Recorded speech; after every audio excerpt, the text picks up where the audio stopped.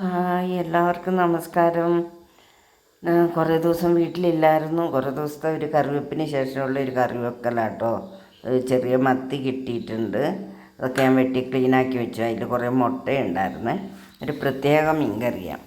അപ്പോൾ അതിനെന്തൊക്കെയാണ് വേണ്ടതെന്ന് നോക്കാം. ഈ ഉലുവാപ്പൊടി, കായപ്പൊടി, മഞ്ഞൾപ്പൊടി, ഉപ്പ്, കാശ്മീരി പൊടി 2-3 സാധാ ഉള്ള പോലെ. പിന്നെ പച്ചമുളക്, തക്കാളി കീറി വെച്ചിട്ടുണ്ട്. ഞാൻ ഇച്ചിരി ഉള്ളി, വെളുത്തുള്ളി, ഇഞ്ചിയൊക്കെ വഴറ്റി വെച്ചിട്ടുണ്ട്. പിന്നെ കുടംപുളി, കറിവേപ്പില. ഇതുണ്ടാക്കുന്ന രീതിയാണ്. ഞാൻ പച്ചമുളകും മുളക് പൊടിയും അല്ലാത്തതെല്ലാം കൂടി ഇട്ടതൊന്ന് നന്നായിട്ട് ഇതാക്കുവാണ്.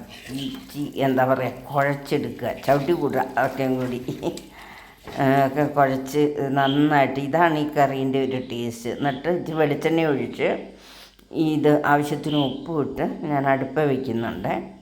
ഇതൊന്ന് നല്ലോണം തിളയ്ക്കട്ടെ. തിളച്ചിട്ട് എൻ്റെ ചാനൽ ഇഷ്ടപ്പെട്ട സബ് ചെയ്യണം കേട്ടോ.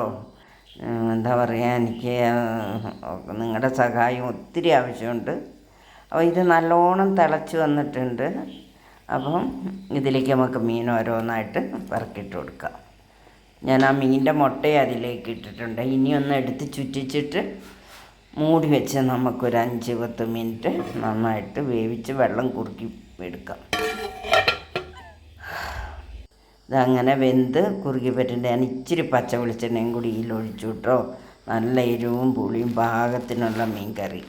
ഇത് കപ്പയ്ക്കും ചോറിനും എല്ലാം കൂട്ടാനായിട്ട് നല്ല സൂപ്പർ കറി. നിങ്ങളെല്ലാവരും ഉണ്ടാക്കി നോക്കണേ. എന്നെ മറന്നു പോകല്ലേ. ഷെയറും ലൈക്കും കമൻറ്റും ഒക്കെ വേണം കേട്ടോ. ഇത് സിമ്പിളായിട്ട് ഈസി ആയിട്ട് ഉണ്ടാക്കാവുന്ന ഒരു വ്യത്യസ്തമായ മീൻ കറി കേട്ടോ. എല്ലാവരും ഉണ്ടാക്കി നോക്കുക.